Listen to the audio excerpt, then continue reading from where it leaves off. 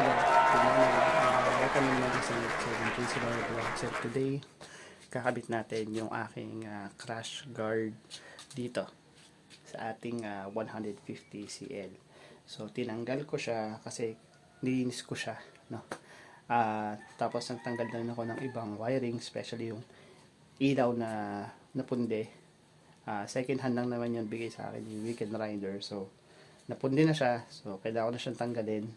Ngayon, pininturahan ko rin siya, no? Yung ating crash guard. May mga kalakalawang na kasi, so ginawa ko, ni-spray paint ko lang yung mga may kalawang na parts, no? Para magmukha na naman siyang makinis o maganda. Matte black paint ang ginamit ko para hindi masyadong halata, tsaka Pylax. So yung sa mga nagtatanong kung magkano to, wala naman ako ni-endorse na shop sa Shopee at saka sa Lazada. So flash ko na lang dito para may idea kayo kung magkano siya talaga. Tsaka inassemble ko na yung mismong mainframe, itong sa harap, since ito yung pinakamadaling assemblein. Pero tatanggalin ko pa rin siya. Ang hindi ko na nakakabit, itong bar na to, ito yung sa pillion tsaka sa dulo, ito yung magtutulak nung crash guard paharap. At saka ito yung sa pillion kaso alam ko hindi siya nag-fit dito sa 150 CL, so try ko gawa ng paraan, no? Anyway, alam ko hindi ko to ginamit noon, pero kung hindi ko siya ginamit, umaalog siya. Yan, tapos naglagay na ako ng mga washer. Meron akong mga reservang washers to kung kala kong kita, pero later on, pag naikabit ko na, papakita ko sa inyo. So, sa ngayon, samahan niyo muna ako para ikabit natin itong crash guard dito sa 150 CL. Okay, let's go! So guys, ano ba yung mga kasama no, pag bumili kayo ng crash guard, o ilan ba sila? Una, ito. Kita niyo yan. Ito yung sa dito. Yung CL. Parang nakapatong lang siya dyan. Ito yung sa gilid. Dalawa to. Ito. At saka ito. Next is ito naman na ito, kaya siya nakumuk na ganyan kasi dito siya talagay. Dito. Tatanggalin to. Meron na ano dyan, allen. So pag natanggal siya, papasok dyan yung bakal. So yan. Yan yung mag-ano sa magkabilang gilid, no? Tapos ito yung V. Sa iba akala nila hindi ito importante, pero ito kasi nagpapanatili ng shape niya sa harap. Although bad trip lang to kasi minsan binablock nito yung spotlight, yung ano nyo, front light nyo, which is ito. Dito yan. Yan, dito. So dyan yung letter B. Ngayon, dahil dito, minsan dito siya napupunta, mababarhan tong ilaw na to. So minsan naapektuhan dahil humihina ilaw nyo, syempre. So yun. Isa rin yun sa mga rason kaya ako muna to tinanggal, para makita ko kung mas okay siya, kasi mas malakas yung ilaw dahil walang black nito. Sigurado ako iba sa inyo na may ganitong crash guard magre-react kasi ito mismo halos binablock niya na yung ilaw, no? Kaya yung iba talaga nakarelay na lang sa sa aux light. So yun. Tapos ito yung dalawang kasama nito, yung bar na to, dito yan, pillion papunta dito, since yung gilid niya is ito. Ayan, ito. Diyan siya kakabit. Ito naman sa kabila. Sa kabila yan. Ito, dito yan. Sa ibang Honda Click, nakita ko kinakabit nila to. Pero yun ang problema kasi pag kinabit mo to dito, hindi siya ugma. Isa pa, masyadong malapit yung angkasan. So either bumara lang siya dyan or kailangan mo siyang i-wide open. Ganun yung mangyayari. Ayun. Okay, so tinanggal ko muna yung bar dito, tsaka tatanggalin ko to para maibuka ko siya na maayos. So step 1, tatanggalin natin to. Alright. Kasi dito muna natin ilalagay yung bar na para dito. Okay.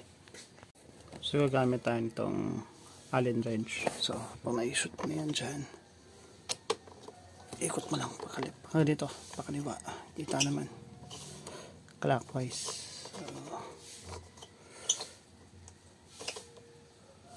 Yan. Yan, tatanggal na siya, di ba? So, tuloy-tuloy mo lang hanggang matanggal to.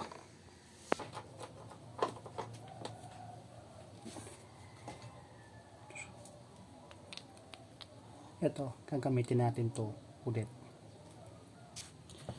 So, ito, nalagay natin siya dito. Ngayon, kung napapansin nyo, yung sa akin, meron na siyang ganito, no? Ito. Pina-welding ko siya para magmukhang matibay. Kasi nung nasimplang kami, nabali ito, naputol. Hindi na rin halata yung kalawang kasi nilagyan ko na nga ng Pilax. So, ito. Minsan, yung butas nito, guys, hindi ugma dito. So, baka kailangan yung either pukin or kung may barena kayo, barenahin nyo para lumuwag. Ngayon ito, nakaset na to since nakakabit naman to dati. So, yung presyo ng pag-welding, 100 yata to sa welding shop. Medyo mahal dito sa amin. So, ayun. Tsaka ano pa sila nag-improvise pa sila nito. Yan. Tapos ano to, syempre bare na bakal lang to. So, talagang kailangan kong pinturahan para hindi halata. No? Pero matibay na siya after welding. Nga pala guys, ito, meron pa tong silbi. Pag ready na kayo ikabit to, ilalagay nyo siya dito. Pag ganyan. Yung iba kasi kinakabit to direkta. Pero ito kasing kay 150cl, may butas siya nito, may bilog na ganito. Para dito talaga siya. So, tignan nyo may ayan. Yan. So, malinis tignan pag nakakabit na. Ganyan. Yung iba kasi diretso. Ganyan. Okay lang din naman ni diretso. Pero nasa inyo. Ako parang gusto ko yung nakakabit lang yan. Total, sakto naman siya sa bilog. Okay? Gawin natin.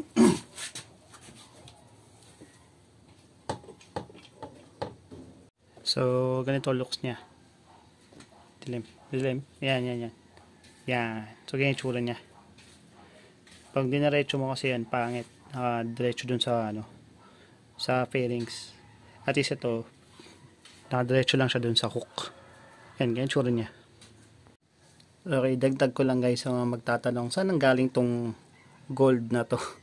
Yan, tsaka to.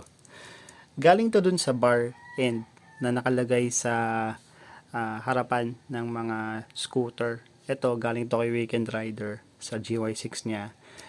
Base kasi sa experience ko dito, hindi siya perfectly aligned. Siguro pag pinwersa mo, lalo na dito, tsaka dito, o kaya dito, magiging perfectly aligned siya, no? Pero hindi naman ako metal expert. So, yung iba nilalagay washer yung nilalagay nila dyan. Pero ako, sa experience ko, since nagamit ko na nga ito, mas okay kung medyo mataba-taba yung ilalagay ko. So, tinanggal ko to dun sa bar end, sa bar na nilalagay ng mga borloloy accessories sa harapan ng GY6. Flash ko dito kung ano yung tsura niya, no? So, for now, yun. So, nagtatanong, pwede ka gumamit ito or washer, regular washer na makapal. It's up to you. Ngayon, kung ayaw mo naman gumamit ng washer, as long as yung nabili mo ay fit, kasi in a perfect world, hindi mo naman nakikita, minsan dadating sa'yo, may konting defect. Diba? Ganun talaga sa online shopping. Kaya, kung paraan. Yung nut nga pala na to, na kasama nito is 14 ang sukat, no? 14 siya. Ngayon, sa iba, pwedeng ibang size to, or pag na-weld kayo ng ganito, baka iba rin yung mabili nyo sa tindahan. So, yung kasama nyo sa akin is 14. Ayan, no? Ito yung gagawin ko pang stop. Actually, alanganin nga, parang 13, oh. Pero, 12, wala, hindi kaya ng 12. So, 14. So, pang stop lang naman to. Totally, ikot ko pa to ng Allen. Ito Allen siya. Yung iba hindi ko alam kung Phillips or cross or flat yung yun nandito. Pero ito Allen. Siguro para hindi masyadong o hindi manakaw. So, yun.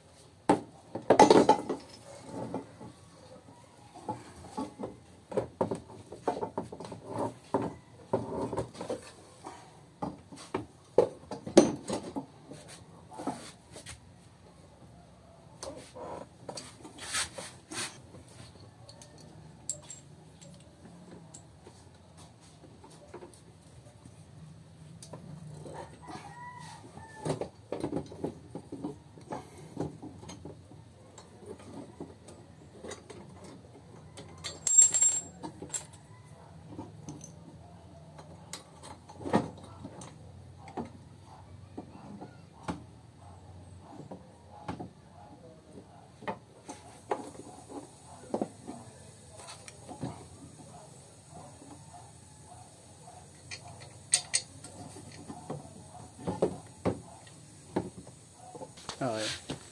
Let's be honest guys. Ito ay mas madali kapag dalawa kayong nagtatrabaho. So pag sa shop nyo to pinagawa, sigurado ko yung mekaniko kukuha ng assistant.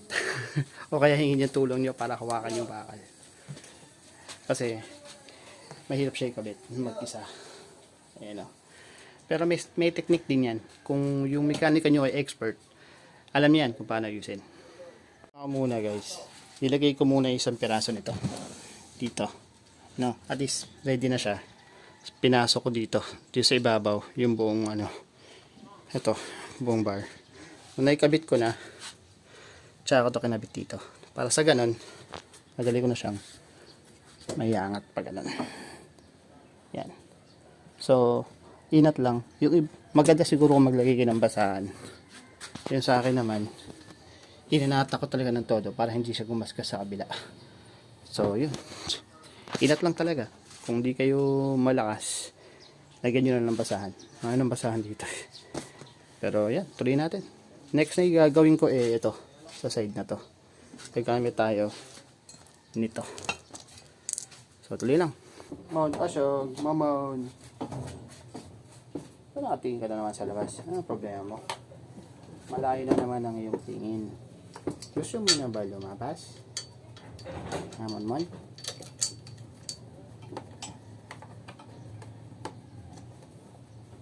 Mamaya ka na lalabas. Okay? Pagkising ni mami. Ha?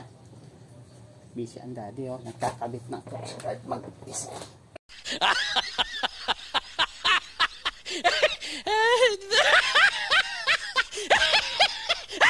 Aray ko.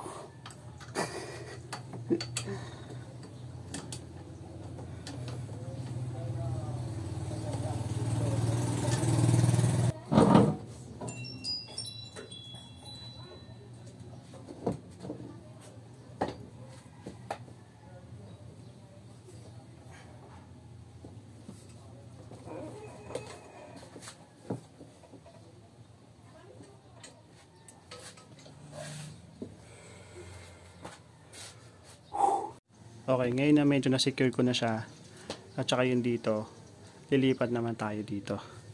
Kakabit na natin ito, dito. Alright, yan. Ngayon sa napapansin nyo, alanganin nga siya. O, paano mo siya kakabit kung diretso. Ang ginawa ko dati sa akin, ito yan, kinabit ko dito, rekta. Yan. Tapos, ito, dito. Ang problema, pag kinabit mo siya ng ganyan, maluwag, aalog to. So, dito papasok itong pasikip na to. Ang problema, dahil ito ay pang Honda Click nga talaga, pag kinabit mo to, okay naman. Problema, yan, bababa siya ng ganyan. So, luluwag siya, hindi na siya abot dito. Problema, ito naman, kailangan nakatutok pa baba. Try natin, gawa ng paraan. Alright? Dagdag ko lang, yung sa stock ng ng Easy Ride CL, iba yung size nito ng Allen wrench na to. Maliit. Ako medyo nahirapan akong patanggal to, kaya dinala ko pa to sa shop, sa Motorstar para sila magtanggal. Pinatanggal ko lang, tapos dito ko nakanabit sa bahay gamit tong kasama nung bracket na tornilyo. Tapos yung dito ni-reuse, meron lang akong nut na jigis. So, gaya kanina, sabi ko nga dito kasi 12 yan. 12 yung nut na yan. So, dapat meron kang prepared na jis para dito.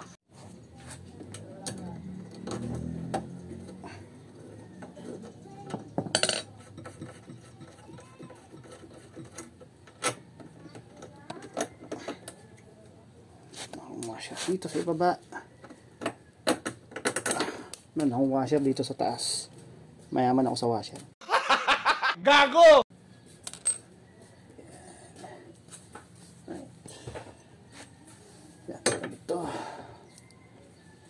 Tapos ito.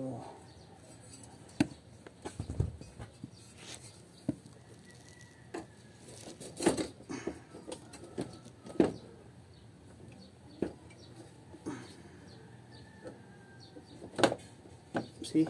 Yan sabi ko. Maliban akong pataas. Siya ilalagay. Kaso alanganin. Pataas. Buka siya.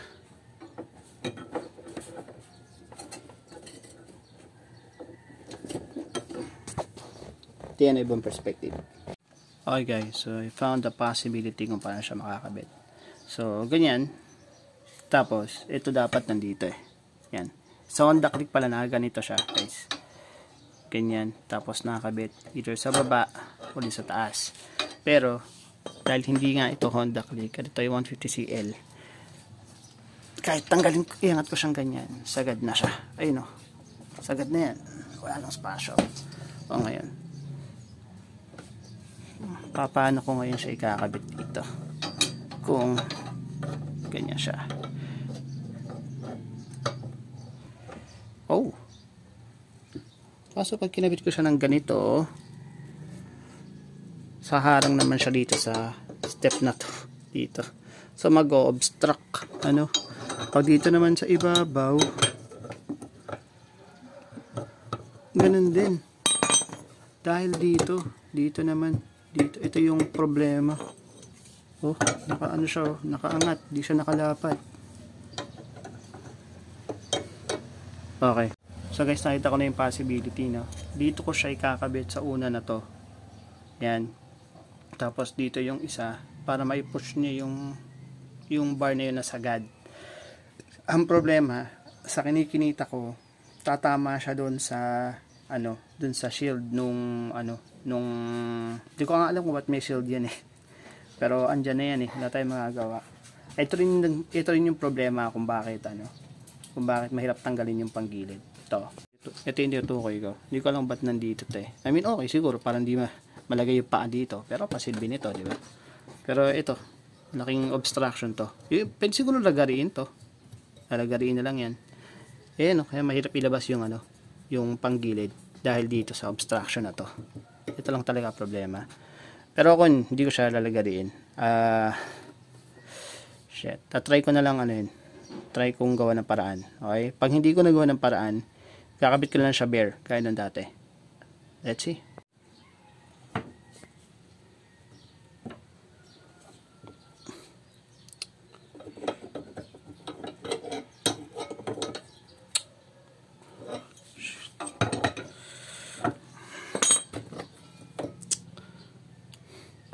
Huwag mong subukan. Masisira ang buhay mo. So, wala tayong magagawa. Kabit ko lang rekta. Ganun na lang. Okay. Ayan. Pansinin nyo. Ito, naka-angulo siya. Nasakto para dito. Tingnan nyo. Ayan o. Yan. Naka-angulo siya para dyan talaga. Ngayon, dapat lagyan siguro ito ng washer para umangat lang konti. Kasi pag ginanon mo siya, ayan, mag-o-obstruct na siya yan. Dati niligyan ko yung malaking washer eh. Dito, para nakaangat siya. Yan.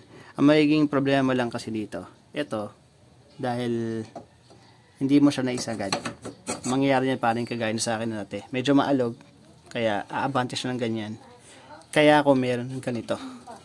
Yan. Magiging feeler siya dito. Dati ang ginagawa kong feeler dyan, ito. Yan.